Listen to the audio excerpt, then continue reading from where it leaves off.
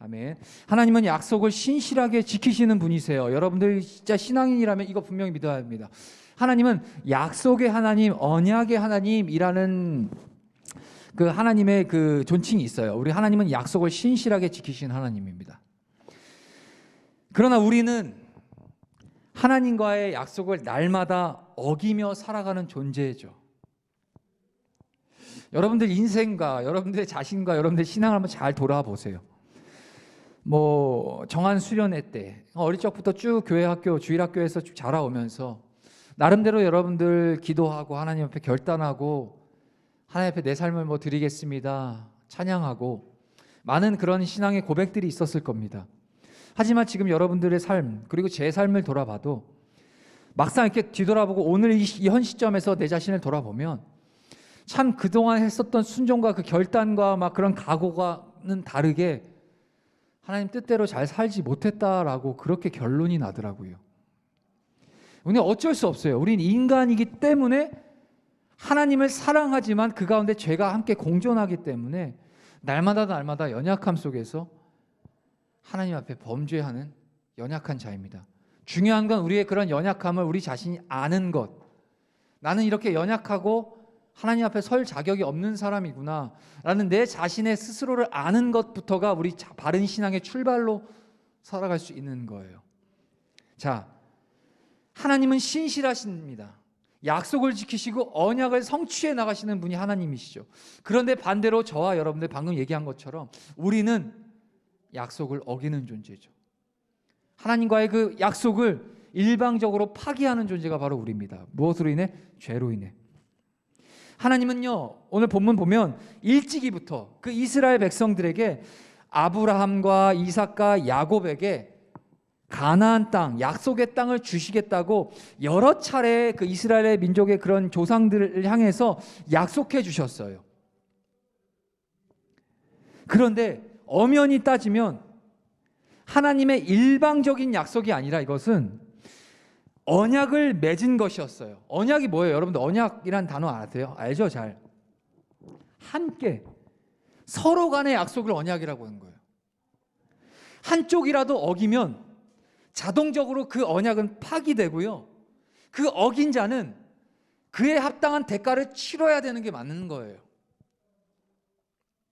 그런데 이 하나님과 언약을 맺었던 이스라엘 백성은 언약을 깨버리죠.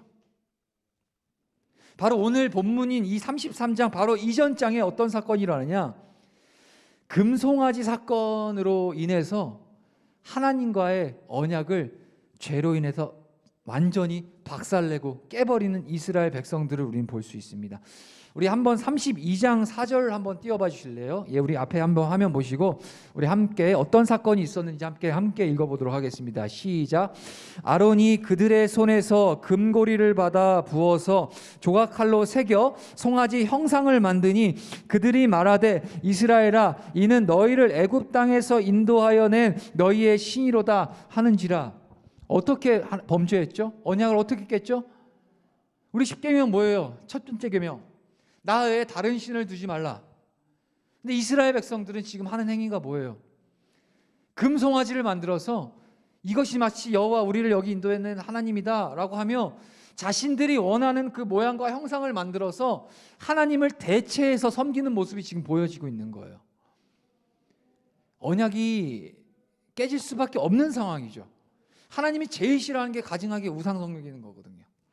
근데 이러한 행위를 지금 이스라엘 백성들이 단체로 때로 하고 있는 거예요. 지금 합심해서 하나님만 섬기기로 약속했던 이 이스라엘, 그리고 하나님만을 섬기는 백성으로서 이스라엘이 받게 될 약속이 뭐였죠? 아까 본문 1절에서 젖과 꿀이 흐르는 약속의 그 가나안 땅에서 안식을 누리는 것이 너희들은 하나님과의 그 약속을 지킬 때 하나님이 약속해 주신 그 약속이라는 거죠. 이스라엘은 아무것도 아닌 상태에서 이스라엘은 원래 아무것도 아닌 상태였어요. 여러분들 여기 기억해야 됩니다. 이스라엘이 어떤 존재였어요? 출애굽하기 직전까지 애굽에서 무슨 짓 하고 있었어요? 어떤 노릇을 하고 있었어요? 종이었단 말이에요. 애굽 이방 나라의 종으로서 아무것도 아닌 존재였던 그 이스라엘을 하나님이 당신의 그 일방적인 은혜로 그들을 하나님의 백성으로 삼으셨는데, 그 하나님의 백성으로 삼으신 증거가 바로 언약, 약속을 체결하신 거죠. 그럼으로써 하나님 백성으로서의 그 이스라엘 향한 정체성을 그들은 부여받게 됩니다. 그리고 이스라엘 민족으로서 이제 출애굽 광야의 삶을 출범하게 되는 거예요.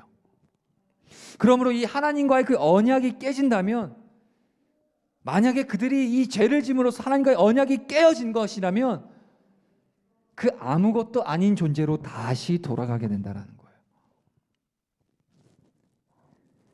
위험한 상황인 거예요. 매우 지금 극단적이고 위험한 상황을 지금 이 이스라엘 백성은 앞두고 있는 거예요. 자, 그런데요, 불행 중에 다행히도 이 이스라엘 백성의 지도자 누구죠? 대답 좀 해주세요. 이스라엘 백성의 지도자 누구죠? 누구자? 그렇죠, 모세.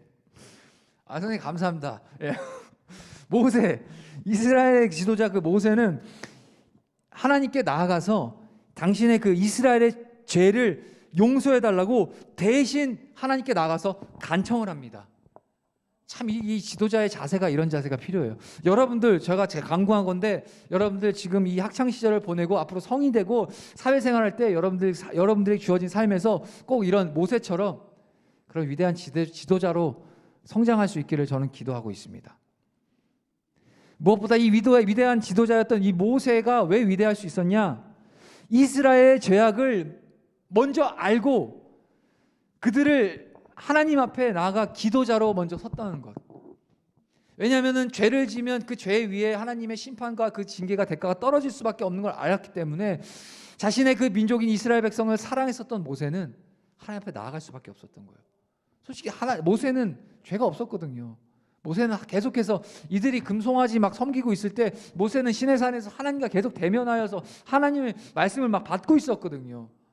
모세는 죄가 없었어요. 근데 이스라엘 백성이 죄를 짐으로 대신 이 민족의 지도자 모세가 하나님 앞에 나아가 다시 간청하는 거예요. 하나님, 저들 용서해 주시고 살려주세요. 저는 여러분들이 그러한 마음을 가진 이 나라 민족을 품고 여러분들의 가정과 친구와 여러분 주변에 있는 모든 사람들을 향해서 모세와 같은 심정으로 하나님 앞에 나아가는 그런 기도자들이 될 수 있기를 저는 기도하고 바라고 소망합니다. 할렐루야. 예. 자, 불행 중 다행히도 지도자 모세는 이스라엘의 죄를 용서해달라고 하나님께 간청합니다. 자, 32장 31절에서 32절까지도 우리 한번 읽어보겠습니다. 우리 함께 합독해서 크게 한번 읽어볼게요. 시작. 모세가 여호와께로 다시 나아가 여짜오되 슬프도소이다. 이 백성이 자기들을 위하여 금신을 만들어 싸우니 큰 죄를 범하였나이다. 그러나 이제 그들의 죄를 사하시옵소서. 그렇지 아니하시오면 원하건대 주께서 기록하신 책에서 내 이름을 지워버려 주옵소서. 야, 엄청난 믿음의 고백을 지금 드리고 있는 거예요. 이 하반절, 32절 하반절에 뭐라 그래요? 하나님, 이 이스라엘 백성들의 죄를 용서해 주세요. 이들이 무지해서 하나님 앞에 범죄했습니다. 하나님, 이들을 용서해 주세요. 차라리 이들의 죄악을 용서해 주시고 그 대신에 저의 이름을 하나님이 그 기록된 생명책에서 저를 제해 주세요. 이 얘기가 뭔지 아세요? 저 구원 안 받아도 됩니다. 차라리 제 목숨값 대신해서 저 불쌍한 이스라엘 살려주세요 라고 이렇게 자신의 생명을 걸고 하나님 앞에 지금 구하는 그런 모세의 기도. 자, 이러한 모세의 기도 중보로 이스라엘은 멸망을 피할 수 있었습니다. 하나님이 들으신 거죠. 그의 간절함을 들으셨어요. 당장이라도 멸망받아 합당한 이스라엘 백성을 하나님이 용서해 주신 거예요. 그러나 하나님은 아직 이스라엘을 완전히 용서하지는 않으셨습니다. 약속을 어김으로써 깨어진 그 하나님의 관계가 다시 회복되려면 시간이 아직 필요한 것이었죠. 자, 여러분들 기억하세요. 여러분들 구원받은 하나님의 백성이 맞으세요? 아니세요? 여러분들 하나님 백성입니다. 구원 받으셨어요. 예수님 믿잖아요. 믿음으로 이 자리에 나와갖고 하나님 예배하잖아요. 구원받은 백성이요. 그런데 여러분들 여전히 죄악 가운데 있을 수밖에 없습니다. 지금 여기 밖에 나가서 예배 끝나고 나가면 여전히 여러분들 세상을 따라갈 거고, 생각이 하나님 생각하기보다, 하나님 사랑하기보다 다른 것들에 더 집중하고 마치 금송아지 삼기듯이 그렇게 살아갈 수밖에 없는 존재가 우리의 연약함입니다. 하지만 여러분들 그냥 마냥 내가 연약하니까 이 모습 이대로도 하나님이 날 사랑해 주시겠지라고 여러분들 스스로 안일하게 그렇게 판단하면 안 돼요. 까짓 죄 져도 되지 뭐 어차피 뭐 회개하고 말지. 아니요, 착각입니다. 그러면 안 돼요. 여러분들 못질 해봤어요? 집에 못 박아봤어요? 못을 박잖아요. 그 박힌 못을 뺐어요. 장도리로 뺐어요. 힘들게 뺐습니다. 못은 빠졌지만 못이 박혀있는 그 흔적 남아있어요? 없어요? 남아있어요. 그것처럼 우리가 하나님 앞에 범죄하는 그 죄, 예수님의 피로 인해서 우리가 구원을 받고 사함을 받지만 우리가 과거에 지었던 그 죄의 흔적들은 여전히 우리 안에 남아있어요. 불완전하기 때문에 언제든지 다시 죄를 질 수 있는 여지가 있다라는 거예요. 하나님 앞에 더욱더 그렇기 때문에 매일매일 우리에게 주어진 이 시간들을 통해서, 예배 자리를 통해서, 그리고 여러분들 경건의 삶을 통해서 더욱더 가까이 하나님께 나아가는 그 작업들이 필요하다는 겁니다. 자, 아무튼 오늘 본문 1절 한번 다시 띄워봐 주세요. 1절, 본문 1절 우리 함께 읽어봅시다. 시작. 여호와께서 모세에게 이르시되 너는 내가 애굽 땅에서 인도하여 낸 백성과 함께 여기를 떠나서 내가 아브라함과 이삭과 야곱에게 맹세하여 내 자손에게 주기로 한 그 땅으로 올라가라. 자, 하나님은 모세에게 예정대로 백성들을 인도하여서 가나안 땅으로 들어가라고 말씀하십니다. 은혜죠. 당장이라도 진멸받고 하나님 앞에 심판받아야 마땅한데 그 모세의 기도를 들으셨고 하나님 용서해 주셨고 하나님께서 그들에게 당한 그 모세에게 얘기하신 그 계획대로 약속의 땅인 가나안 땅 너네도 올라가라고 지금 하고 계시는 거예요. 모세가 드린 그 기도를 하나님이 받아들이신 거예요. 마땅히 멸망받아야 될 이스라엘 백성을 멸망하지 않으시겠다는 것을 오늘 이 말씀을 통해서 간접적으로 다시 지금 확인해 주고 계신 거예요. 하나님 인격적인 분이세요. 하나님도 화가 나셨어요, 사실. 하지만 화가 나셨지만 자신의 그런 약속을 붙들고 기도하는 그 모세의 마음을 아시고 화가 나셨지만 너무 진노하셨지만 그저 하나님은 다시 그 약속을 이행해 가시죠. 여기서 중요한 것은 하나님이 이스라엘을 용서하기로 결정하신 것이 결코 이스라엘이 용서받을 정도로 예쁜 구석이 있어서가 아니라 그들의 그 조상들과 하셨던 그 약속 때문이라는 사실을 여러분들 기억하셔야 됩니다. 약속을 신실하게 지키시는 그 하나님의 성실하신 그 성품이 지금 오늘 이 본문 이 장면에 그대로 또 다시 담겨 있는 거예요. 우리가 믿는 하나님, 약속을 지키시는 하나님, 그에 맞춰서 우리도 하나님의 약속을 지켜나가야 될 존재들이죠. 이것을 단 한 단어로 표현한다면 저는 은혜라고 표현하고 싶어요. 여러분들 하나님의 은혜를 지금 받고 살아가는 사람들입니다. 2절 띄워주세요. 2절 함께 읽어봅니다. 시작. 내가 사자를 너보다 앞서 보내어 가나안 사람과 아모리 사람과 헷 사람과 브리스 사람과 히윗 사람과 여부스 사람을 쫓아내고, 자, 하나님은 모세가 이스라엘을 그 가나안 땅으로 이끌고 가는 것을 허락하세요. 그리고 나서 그냥 재밌는 표현이 있습니다. 사자를 앞에 보내어 모든 것을 예비하고 돕겠다고 하십니다. 여기서 말하는 사자가 뭔가요? 라이언? 아니잖아요. 하나님의 천사죠. 사자. 하나님의 대사, 천사. 그러니까 하나님이 하실 그 임무를 대행해서 하는 하나님의 사자들. 그 이스라엘이 그 취할 그 약속의 땅 가나안 땅을 올라갈 때 뭐라고 하시냐? 내가 내 사자를 보내서 너희들이 잘 거기 올라가고 그 약속의 땅을 갈 수 있도록 내가 미리 준비하겠다라고 지금 하시는 거예요. 그리고 뿐만 아니라 하나님이 그 가나안 정복에도 적극적으로 참여하여서 그들을 위하여 직접 싸우고 그 땅을 이스라엘에게 주겠다고 지금 말씀하고 계시는 겁니다. 그런데요, 여러분, 이 말씀을 잘 이렇게 좀 세밀하게 보시면, 이 말씀을 자세히 보면 이 분위기가 긍정적이고 잘 되어가고 있다는 느낌이 그닥 들지 않아요. 이 말씀의 분위기가. 왜일까요?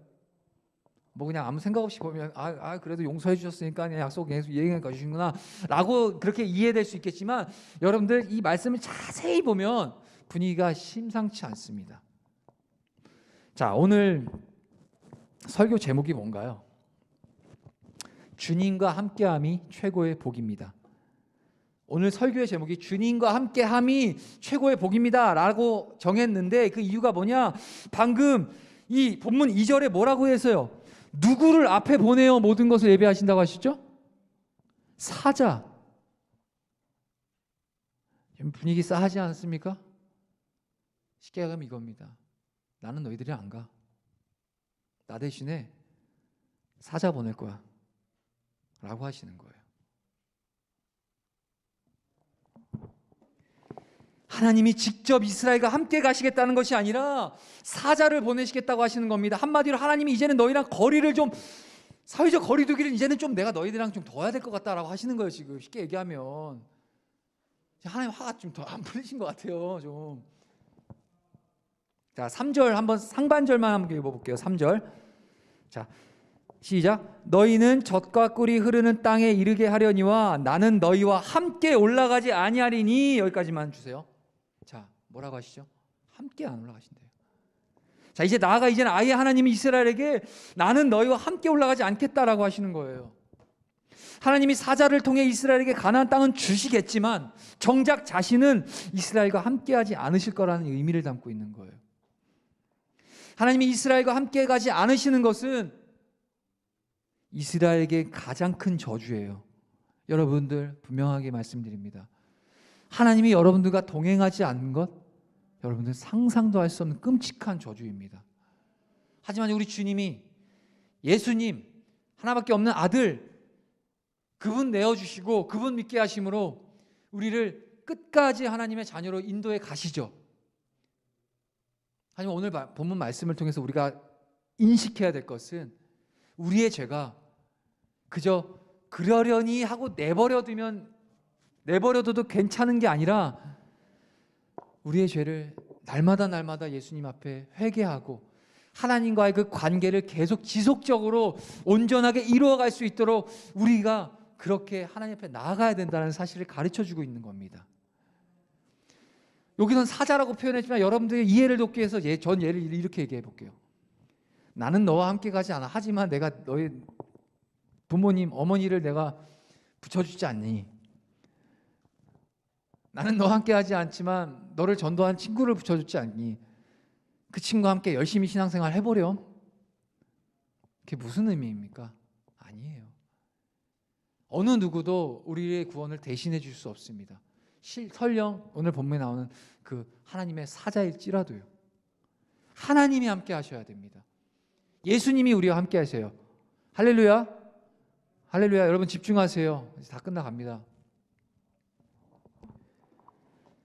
자, 3절 하반절 밑에 한번 다시 너희는부터 한번 읽어보겠습니다. 시작. 너희는 목이 곧은 백성인즉 내가 길에서 너희를 진멸할까 염려함이니라 하시니. 자, 그런데요 또 한번 말씀을 자세히 들여다보면 가만히 보면 하나님이 이스라엘과 함께 올라가지 않겠다 하심 또한 이스라엘 향한 하나님의 배려라는 사실을 우리가 깨닫게 됩니다. 이게 무슨 말장난도 아니고 이스라엘의 미래를 하나님은 뻔히 아셨던 거예요. 지금이야 이렇게 그냥저냥 그냥 지금이야 뭐 그냥 회개했으니까 모세가 대신 회개했으니까 그냥저냥 이렇게 넘어갈 수 있었지만 결국에는 언젠가는 다시 이스라엘을 범죄할 것임을 아셨기 때문에 그 죄와는 섞이실 수 없는 죄에 대해서는 심판을 반드시 물으셔야 할 하나님의 입장에서 그 거룩하신 하나님이 이스라엘과 만약에 함께 계속해서 간다면 만에 하나 그들이 다시 범죄했을 때 그때는 진짜 죄에 대한 심판으로 이스라엘을 진멸할 수밖에 없으셨기 때문에 하나님이 이러한 은혜를 다시 베풀어 주고 계시는 겁니다. 여러분 오늘 설교가 어려울 수 있어요. 하지만 어려울 수 있지만 여러분 분명히 아셔야 되는 부분입니다. 자, 4절 주세요. 4절 한번 읽어봅시다. 시작. 백성이 이 준엄한 말씀을 듣고 슬퍼하여 한 사람도 자기의 몸을 단장하지 아니하니.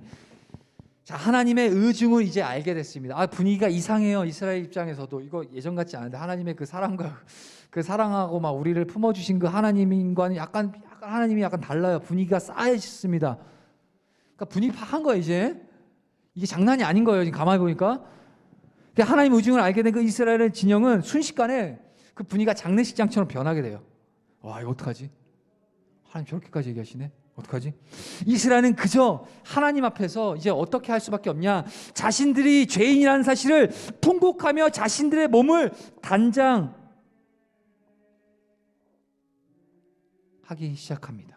그러니까 단장하지 않죠. 쉽게 얘기하면 자신들의 죄를 깨닫고 자신들이 그 걸고 있었던 모든 장신구들 다 떼어버려요. 자, 5절 주세요. 함께 읽겠습니다. 시작. 여호와께서 모세에게 이르시기를 이스라엘 자손에게 이르라. 너희는 목이 곧은 백성인즉 내가 한순간이라도 너희 가운데 이르면 너희를 진멸하리니 너희는 장신구를 떼어내라. 그리하면 내가 너희에게 어떻게 할 것인지 정하겠노라 하셨습니다. 자, 하나님께서 이렇게 얘기하시는 거예요. 니네들 몸에 있는 장신구들 다 떼. 그냥 단순히 여러분들 지금 목걸이 찾죠. 뭐 자매들 귀걸이도 있고 목걸이도 있고 뭐 형제들 뭐 아이폰도 있고 뭐 여러 가지 막 있을 거예요. 그거 다 버리라는 거예요. 하나님이. 하나님 앞에 집중하지 못하게 만드는 거 다 버리라는 거예요. 이 당시에 이들이 찾던 그 장신구들은 어떤 장신구인지 아세요? 사실 이 출애굽하기 전에 이들이 430년 동안 뭐 하고 살았나요? 노예로 살았다며. 노예가 무슨 부귀 영화를 누렸다고 무슨 장신구가 있었겠어요? 원래 이들의 것이 아니었어요. 이들이 갖고 있는 그 장신구들이 뭐냐? 어디서부터 나온 거냐? 출애굽할 때 그 애굽 사람들, 그 잘 사는 애굽 사람들이 그 출애굽하는 하나님의 역사를 알고 그들도 이 이스라엘 백성들에게 준 거예요. 야, 가져가. 그러니까 쉽게 얘기하면 그 이들이 차고 있었던 그 장신구의 출처가 이스라엘 자신들로부터 나온 게 아니라 이방 것으로 나온 거예요. 당시에 그 장신구들에는요, 이방 우상들의 그런 우상들이 막 새겨져 있었어요. 금으로 만들어지고 귀한 보석으로 만들어졌을지 몰라도 그 안에는 어떤 의미가 담겨 있냐? 하나님이 아닌 우상들이 새겨져 있는 장신구를 몸에 지렁지렁 차고 있었다라는 거예요. 이스라엘 백성 아무것도 모른 채, 이것이 우상 숭배라는 걸 알지도 못한 채 그저 자신들이 꽤 하나님의 은혜로 구원을 받으니까 이젠 진짜 오리지널리티 괜찮은 사람이라도 된 것 마냥 허황과 허세가 그냥 몸에 있어가지고 장신구를 차고 그냥 목이 뻣뻣하게 굳어가지고 하나님 앞에 어쩌라고요 하고, 목이 뻣뻣한 백성이라는 표현이 목이 곧은 백성이다라고 표현을 하신 표현이 뭐냐면은 하나님이 하시는 그 말씀에 그냥 이렇게 대드는 거예요. 그런 표현을 하신 거예요. 여러분들 잘 새겨드려야 됩니다. 여러분들에게 있는 지금 여러분들 몸에 있는 장신구가 뭔가요? 하나님 보지 못하게 만드는 여러분들이 갖고 있는 붙잡고 있는 그 장신구는 뭐가 있을까요? 하나님 그대로 사랑하지 못하게 만드는 그러한 장신구가 뭐가 있냐는 거죠. 여러 가지가 있을 수 있겠죠. 지금 당장 눈앞에 앞두고 있는 그런 시험들, 성적, 그리고 뭐 어떤 관계, 물질, 재정, 갖고 싶은 것들, 이런 것들이 하나님보다 더 앞서서 내 목에, 내 귀에, 내 옷으로 휘황찬란하게 그렇게 달고 있어서 하나님을 정작 하나님 앞에 나아가지 못하게 만드는 그런 우상들, 그걸 다 떼어버리라고 하시는 겁니다. 이 장신구들은 아마도 하나님이 아닌 다른 것, 하나님을 보지 못하게 만드는 그들의 장애물들입니다. 하나님은 그것을 떼어버리기를 원하셨어요.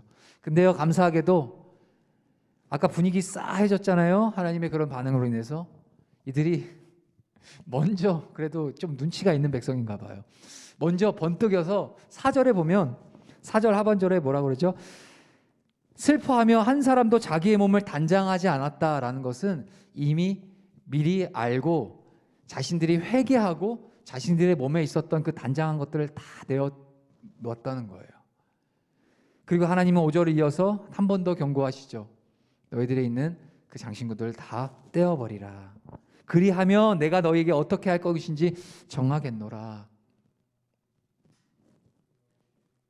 이스라엘은 확실하게, 감사하게도 순종합니다.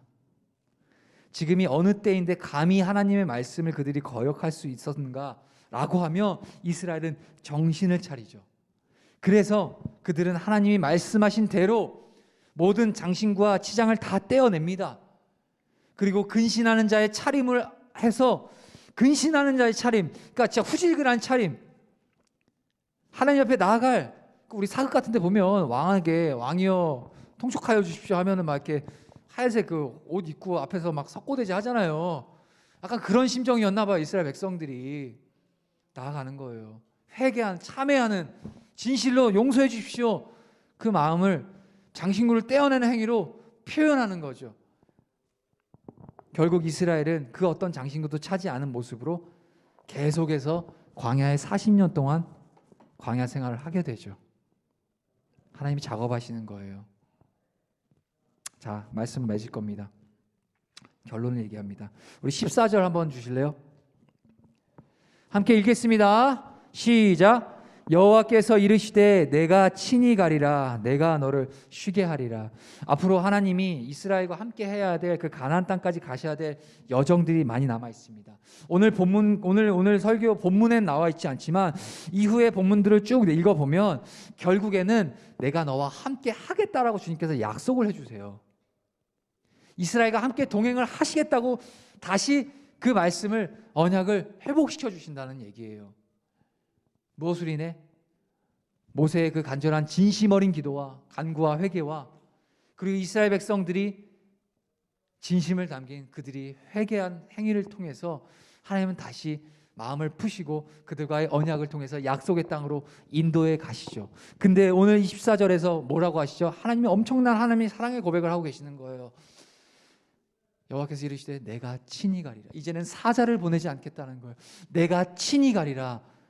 그리고 내가 갈 때 너희들이 쉼을 얻으리라 하시는 겁니다.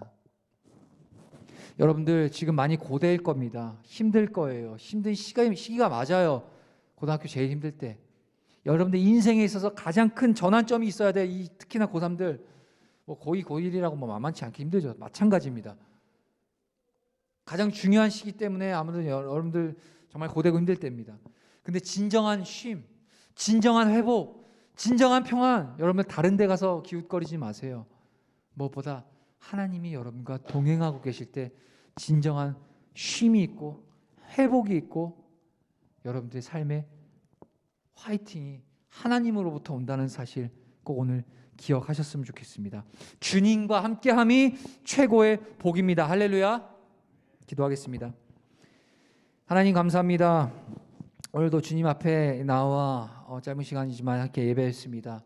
주신 말씀 잘 붙들고 하나님을 놓치지 않고 하나님을 끝까지 붙들고 하나님 바라보며 우리에게 주어진 이 삶을 잘 살아내며 이스라엘 백성처럼 주님 때로는 회개하고 간구하며 진실한 간구로 주 앞에 나아가고 주님이 주시는 그 은혜를 마음껏 누리며 나아가는 사랑하는 귀한 우리 고등부 모든 자들 될 수 있도록 인도하여 주시옵소서. 예수 그리스도의 이름으로 기도합니다. 아멘.